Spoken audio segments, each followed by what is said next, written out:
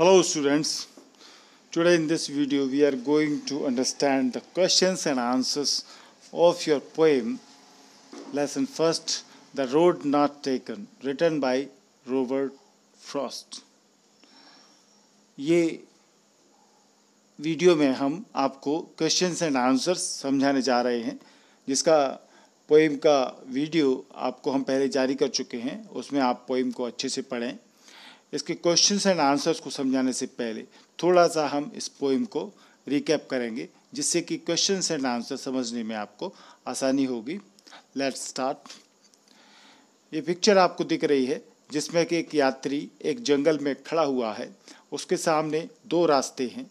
इन दो रास्तों में से उसको एक रास्ता चुनना होता है, और ये प्रतीक होता है इस बात का कि हमारे जीवन में कई बार इस तरह की दो रास्ते आ जाते हैं, दो बातें आ जाती हैं, जिनमें से हमको एक को किसी को चुनना होता है।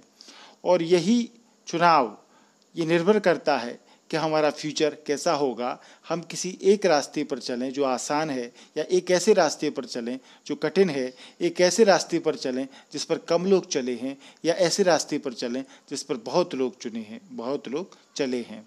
तो future depends on how we begin. हमारा भविष्य निर्भर करता है कि हम शुरुआत कैसे करते हैं किसी काम पर जाने की, किसी पेशा, व्यवसाय, धंधा इस्तेमाल करने की, या किसी विकट परेशान वाली स्थिति में जब हम फंस जाते हैं, हमारे आगे दो रास्ते होते हैं, तो हम कैसे चुनें। तो इस कविता में कवि एक गहरे पतझड़ वाले वन में खड़ा है। ऑटम सीजन है। येलो वुड इसमें इस्तेमाल किया गया है। येलो वुड माने कि इसमें ये बताया गया है कि किस प्रकार से पीला वन जिसको बोला गया है, उसमें कवि कैसे इन परिस्थितियों का सामना करता है। तो कवि एक गहरे पतझड़ वाले वन में खड़ा हुआ है, जहाँ पर दो सड़कें दो दिशाओं में बट जाती हैं। डाइवर्ज्ड, इसमें एक वर्ड आया है, डाइवर्ज यानी बट जाती हैं। और वो कभी महसूस करता है कि दोनों सड़कों पर इकट्ठे नहीं चल सकते हैं। कोई भी व्यक्ति दो रास्तों पर इकट्ठे नहीं चल सकता है। ये सड़कें ये जीवन के दो रास्तों का प्रतीक हैं। यानी किस प्रकार से हमारे आगे जब दो बातें आ जाती हैं तो काफ़ी देर वो खड़ा रहता है कि कौन सी सड़क पर चलूं। वह एक सड़क को देखता है जहाँ पर वो देख सकता है, वो पाता है कि वो एक ऐसी सड़क है जहाँ पर झाड़ झंखाड़ में आगे जाकर के वो मुड़ गई है, झाड़ियाँ हैं और आगे जाके वो मुड़ गई है। और जो झाड़ झंखाड़ हैं ये किस चीज़ का प्रतीक हैं? ये जीवन में एक ऐसी अनजान और अनाधिकृत संसार का प्रतीक है जिसके बारे में हमको कोई नॉलेज नहीं होती है। कभी खुद को एक ऐसी उलझन में पाता है क्योंकि वह जो कुछ उसका दिमाग चाहता है उसका वो पीछा नहीं कर सकता। चॉइसेस बहुत आती हैं दिमाग में। कभी उस सड़क अर्थात उस जीवन के रास्ते को चुनता है जिस पर कम व्यक्ति चले हैं, या उस जिसे कम लोगों ने अपनाया है। वो सोचता है कि इसका हक अधिक है जिस पर कम लोग चले हैं, क्योंकि वह घास से भरा हुआ है और इस पर चलने की आवश्यकता है। स्वतंत्र जो मन होता है, हमारी आत्मा होती है, वो कभी अपने अंदर रखे हुए है उस बात को, स्वतंत्र मन और आत्मा के साथ में अपना रुख वो बदल देता है और ये पाता है कि दोनों सड़कों पर समान व्यक्ति चले हैं। अप्रत्यक्ष रूप से इसका अर्थ ये है कि उसको चुनाव उस रास्ते का चुनाव दूसरे व्यक्तियों ने भी किया है। उस सुबह जहाँ वो जा रहा है जंगल में, जहाँ वो खड़ा हुआ है, दोनों सड़कें पत्तों से ढकी हुई थी। कोई भी उन पर भारी पाँव रख करके नहीं चला था, क्योंकि पत्ते, यदि कोई चलता है व्यक्ति तो चलने से वो पत्ते कुचल जाते हैं। तो वो कुचले नहीं गए थे, वो पत्ते वो फ्री थे। कभी इस रास्ते को चुनता है क्योंकि उसके मन में किसी दिन जो पहली सड़क जो छोड़ देगा उसके लिए भी उसका मन है। इसका अर्थ ये है कि जब दोनों सड़कें या दोनों तरह के व्यवसाय जो भी उसने इस्तेमाल किए जीवन में कभी की पसंद है, फिर भी उसके मन में एक संदेह है, डाउट है कि क्या वह कभी भी पहली सड़क पर चल चलेगा जो उसने छोड़ दी। इसका अर्थ यह है कि कभी अपना जो भी उसने तरीका इस्तेमाल किया है, रास्ता या व्यवसाय जिसको वो ग्रहण करना चाहता है, यदि वो उससे संतुष्ट नहीं है तो उसने वो चुना है। कभी चुनाव करने की उलझन में से निकला है, उसने चुनाव कर लिया है और अंतर महसूस करता है उसने जो चुनाव किया उसके बाद का, वह कई सालों बाद आह भर के ये बताएगा कि उसने कैसे एक सड़क चुनी, वह सड़क चुनी जिस पर कम व्यक्ति चले थे। इसका अर्थ ये है कि उसने वह व्यवसाय धंधा चुना जिसे बहुत से लोगों ने नहीं चुना था, और उसके जीवन में बहुत सा अंतर जो आता है वो इसी बात से आता है। दोनों तरीकों से वो पश्चाताप करेगा क्योंकि उसने वह चुनाव किया जो बाद में ठीक नहीं लगा उसे। इसने उसके पूरे जीवन को बदल दिया। सामान्य रूप से कहने का अर्थ ये है कि चुनाव करना एक बहुत सी रहस्यमय तरीका होता है, और यही बात कि हम कौन से रास्ते को चुनते हैं जीवन में अंतर पैदा कर देती है। चलिए स्टार्ट करते हैं।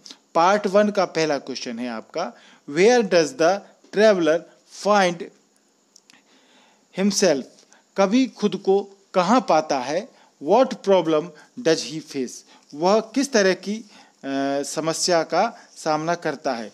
यही क्वेश्चन आपका सेम दूसरे तरीके से भी पूछा जा सकता है, जो कि हमने इसमें और करके लिख दिया है। आप देखें इसको, where were the two roads?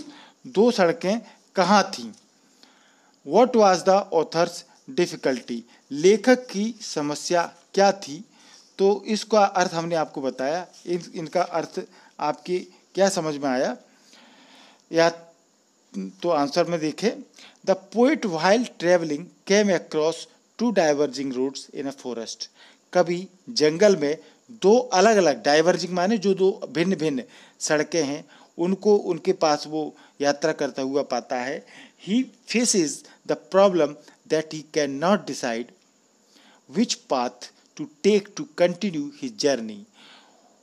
वह उस समस्या का सामना करता है, that he can not decide, कि वो निर्णय नहीं कर सकता कौन सा रास्ता, विच पाथ उसको ये अपनी यात्रा के लिए जारी रखना है। बिकॉज, क्योंकि it is not possible for him, क्योंकि उसके लिए संभव नहीं है to travel in both directions at the same time, कि वो एक ही टाइम पर दोनों दिशाओं में चल सके, यात्रा कर सके, ये संभव नहीं है। तो ये समस्या उसके सामने है कि वो किस रास्ते पर जाए। क्वेश्चन 2 देखें, इसमें छोटे छोटे फ्रेज का अर्थ पूछा गया है। Discuss what these phrases mean to you. आपके अनुसार इन फ्रेजेस का क्या अर्थ है? इस पोएम में जो छोटे छोटे फ्रेज आए हैं, जैसे पहला है ए येलो वुड।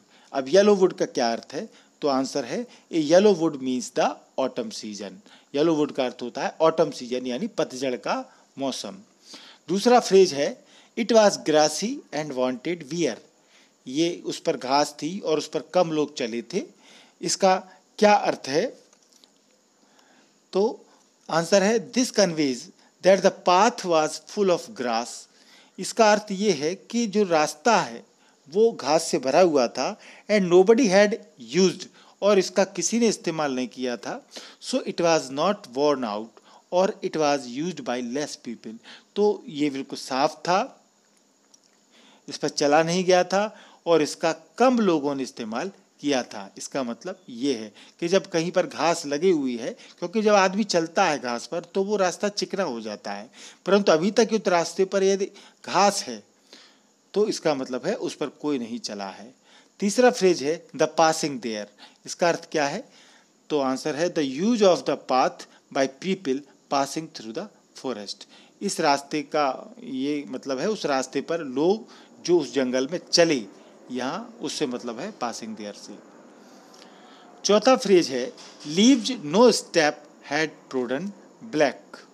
कोई भी रास्ता का ब्लैक, काला, यानी जो चलने से काला हो जाता है रास्ता, ये यहाँ मतलब ये है ट्रोडन ब्लैक, यानी जिस पर रास्ता चले हों लोग तो उससे वो काला हो जाता है। तो कोई भी पत्ती इस पर कोई भी चला नहीं था, तो इसका अर्थ क्या है? तो the leaves had not become black, पत्तियां काली नहीं हुई थी, because of few people stepping on them, क्योंकि बहुत ही कम लोग उस पर चले थे। पांचवा फ्रेज है how way Leeds on two way. इसका क्या अर्थ है? तो आंसर है एज वन मूव्स, कि जब चूंकि कोई चलता है आगे, जब रास्ते पर जाता है, one road leads to another, तो एक सड़क के बाद दूसरी सड़क आती है। One goes farther and farther, एक कोई भी वो आगे आगे चलता जाता है, यानी जो भी दो रास्ते आएंगे उनमें से एक रास्ते को वो चुनता जाता है। अब देखिए थर्ड क्वेश्चन है, is there any difference between the two roads as the poet describes them? क्या कोई अंतर है? कवि दोनों मार्गों में क्या अंतर का वर्णन करता है? तो पहला तो यह है कि इन स्टेंजा 2 and 3, दूसरी और तीसरी स्टेंजा में वो क्या कहता है? तो आंसर देखें, in stanzas 2 and 3 as far as the poet could see both the roads looked equally attractive. दूसरी और तीसरी स्टेंजा में हम पाते हैं कि जहाँ तक कवि दोनों रास्तों को समान रूप से देखता है, समान रूप से वो अट्रैक्टिव होता है दोनों के लिए, but one of them was covered with grass, परंतु उनमें से एक घास से ढकी हुई थी। And it appeared few people had ever taken that road, और ऐसा लगता था कि बहुत ही कम लोग, न के बराबर लोग उस सड़क पर चले थे। इट वॉज मोर इन्वाइटिंग, ये जो सड़क थी वो ज़्यादा इन्वाइटिंग थी, यानी ज़्यादा आकर्षक लग रही थी चलने के लिए। दूसरा है, in the last 2 lines of the poem, poem के आखिरी 2 लाइनों में वो कवि क्या दोनों मार्गों में अंतर पाता है, क्या उसको लगता है आखिर में क्या होगा? तो आंसर है, in the last 2 lines of the pome the poet says, आखिरी की 2 लाइनों में कवि कहता है कविता में, that there was a difference between the 2 roads, कि दोनों सड़कों के बीच में अंतर था। बिकॉज, क्योंकि he took the road that was less travelled by, क्योंकि उसने उस सड़क को चुना जिस पर कम लोग चले थे, and that made all the difference to his journey, और इसी से यात्रा के सारे अंतर पैदा होते हैं। मतलब आप समझे, यानी कभी उस रास्ते पर चला था जिस पर कम लोग चले थे, यानी उसने चुनौती भरा रास्ता चुना, आसान रास्ता उसने छोड़ दिया था। अब बाद में जब जैसा इसका परिणाम अच्छा होता है उस रास्ते को चुनने का, उसके आधार पर जीवन में जो परिवर्तन आते हैं, अंतर आते हैं, तब आदमी सोचता है कि कौन सा रास्ता सही था, क्या गलत था। तो ये 2 लाइनों में इस पोएम का सार दिया गया है, समरी दी गई है। क्वेश्चन 4 है, What do you think the last 2 lines of the poem mean? आपके विचार में अंतिम 2 लाइनों का क्या अर्थ है? Looking back, does the poet regret his choice or accept it? उसके बारे में सोचकर क्या कवि अपने चयन पर रिग्रेट करेगा, पश्चाताप करेगा, खेद करेगा, करता है, अथवा उसको स्वीकार करता है? ये क्वेश्चन है। तो आंसर देखें, The last 2 lines of the poem means the acceptance of reality. आखिरी की 2 लाइनों का अर्थ है कि कविता में वास्तविकता की स्वीकृति, एक्सेप्टेंस ऑफ रियलिटी, वास्तविकता की स्वीकृति, ये 2 लाइनें बताती हैं। क्योंकि जब आखिरी में वो पहुंचता है तो उन्हीं में वो अंतर फील करता है, महसूस करता है कि पहला रास्ता उसने चुना होता तो क्या होता, और दूसरा रास्ता उसने चुना तो क्या हुआ। He took, the poet made a choice, कवि ने अपनी चॉइस की, and accepted the challenging path, और उसने चुनौती भरा रास्ता स्वीकार किया। He took an unexplored path in his life, उसने अपने जीवन में unexplored path यानी ऐसा रास्ता चुना जो कि अनएक्सप्लोर्ड था, जिसकी खोज नहीं हुई थी, यानी जिस पर कम लोग चले थे, न के बराबर चले थे, जिसके बारे में किसी को कुछ पता नहीं था कि आगे क्या परेशानी आएंगी या नहीं आएंगी, कैसा रहेगा। तो ऐसा रास्ता कवि ने चुना था। He wanted to do something different in his life, so he chose the less travelled road. वह अपने जीवन में कुछ अंतर, कुछ डिफरेंट चाहता था जीवन में, इसलिए उसने कम चले गए रास्ते को चुना। He does not regret his choice, वो अपनी यात्रा पर, पसंद पर पश्चाताप नहीं करता है। No, he does not regret his choice. Part 2 का पहला क्वेश्चन है, Have you ever had to make a difficult choice? क्या आपको कभी कठिन चुनाव करना पड़ा? Have you ever had to make a difficult choice? क्या आपको कभी कठिन चुनाव करना पड़ा? और do you think you will have difficult choices to make? या आपको लगता है कि आपको कठिन निर्णय करना पड़ेगा? How will you make the choice? तो आप निर्णय कैसे करोगे? For what reasons? किन कारणों से करोगे? तो वो पूछ रहे हैं हमसे कि क्या ऐसा होगा कि कभी आपको कठिन रास्ता चुनना पड़ा तो आपको क्या लगेगा, आपके निर्णय क्या होंगे, कैसा आप क्या करोगे, किन कारणों से करोगे, ये वो पूछना चाह रहा है। तो आंसर देखें, several times it is very difficult to make a choice between two alternatives. बहुत बार ऐसा होता है कि बहुत कठिन हो जाता है, it is very difficult to make a choice.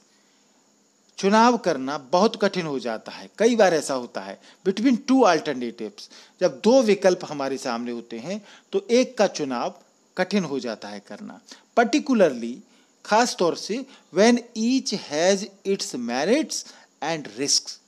खास तौर से जब दोनों में से प्रत्येक, हर एक का अपना अपना गुण हो, अपने अपने रिस्क हो, लाभ हो, हानि हो, जो भी हो, but one has to make a choice.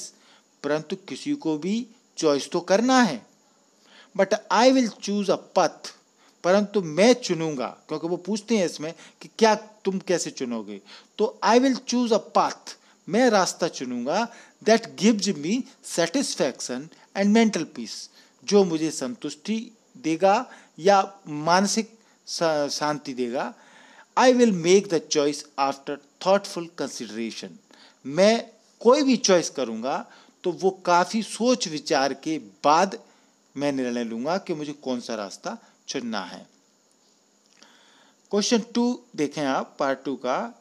After you have made a choice, do you always think about that might have been, और do you accept the reality?